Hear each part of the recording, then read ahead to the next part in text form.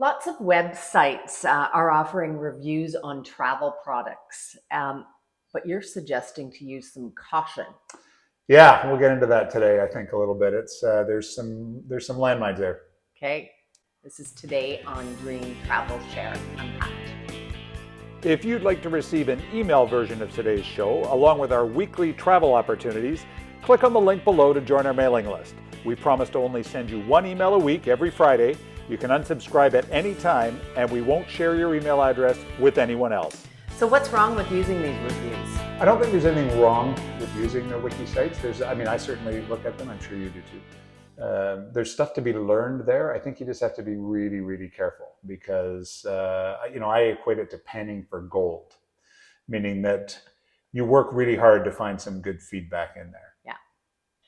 Can you give me an example of some of the sites that you're talking about? Yeah, the ones that we see most often are Cruise Critic and TripAdvisor. So, again, I use them, I read them, but we quite often have our clients phone up and say, "Oh, well, I saw this on TripAdvisor, I saw this on Cruise Critic," and you got to be a little bit careful there. What should we do about it? Well, I think you have to use your critical brain, right? It's I think you need to be really, really careful about how you do these things. So, first of all, most of these websites, those two included, they encourage a binary response. And by binary response, I mean it's either thumbs up, thumbs down, right? Or 5 stars or 1 star, right? So there's no, it's black or it's white. It was either the best ever or it was the worst ever. Those are not particularly helpful, right? So my first suggestion for people is if they're using wiki sites is that strip away all the 5-star reviews, strip away all the 1-star reviews. So if there's 100 reviews on the site, usually it's way more than that, but there's 100 reviews on the site and you strip away all the 5-star and 1-star reviews, you're down to about 10% now, right? There's not many people, because most people, do it binary. It's best ever or worst ever. Okay. The second thing I would argue is that look for thoughtful details, right? So if people say this one sucked or this one was the best ever, that's not really insightful, is it, right? So what I want to learn is that why did you like it or why did you dislike it? Do you have specific examples that support your cause?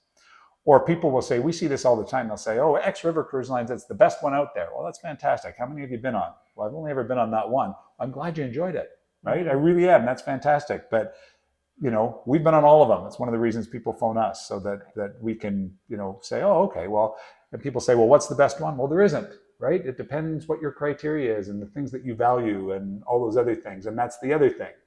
So what I encourage people to do is you don't know the criteria that people have been using when they make these judgments about these things. Yeah. Right? So one of the things that I encourage people to do is think about your best vacation ever, right? And maybe it's not even a travel experience. Maybe it's your favorite restaurant. Pump that into one of these. Go to Yelp, right?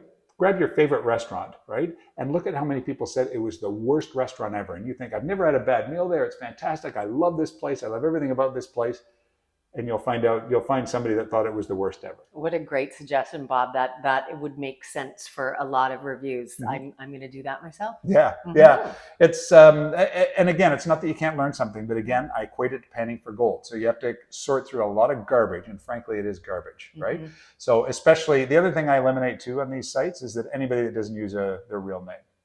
So if you're using an alias, I'm not interested in what you have to say, right? You're hiding behind something. You could be a Russian bot for all I know. And these sites are manipulated, right? So, that's somebody else's thing. Again, I'm not suggesting they're the root of all evil. I'm not suggesting that you shouldn't use them. I'm saying use them with your critical brain. We were all given these, great big brains in our skulls to put to use.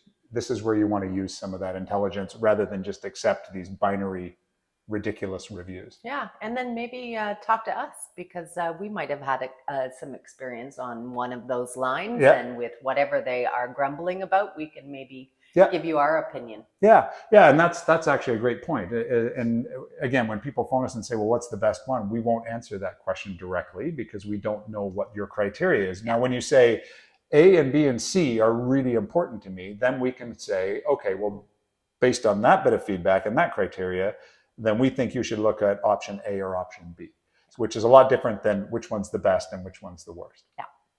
And what are we going to talk about on Dream Travel Share Unpacked next week? Uniworld. So we're going to be not just their regular and you were just on Uniworld, so we can talk about that if you want. But we'll be talking about Uniworld, and we'll be talking specifically about their train extensions that they do, which is pretty. We'll be talking a little bit about trains in general, because for whatever reason, people that are into cruise vacations really like trains. Like trains. That's excellent. Look forward to it. We'll see you then. Bye for now. If you enjoyed this video blog, it really helps us when you like, or better yet, subscribe to our channel so that we know the best content to produce for you. If you want to book a cruise or packaged land vacation, then we'd love to help you out. We know the products and destinations very well, and we can always get you something not available on direct bookings. Our coordinates are in the notes below. Also, if you haven't signed up for our newsletter yet, you get 1 email a week every Friday with some commentary and some different deals that we're seeing in the marketplace. We don't share your information with anyone else, and if you decide it's not for you, then we're sorry to see you go, but there's an unsubscribe button at the bottom of every email. See you next time.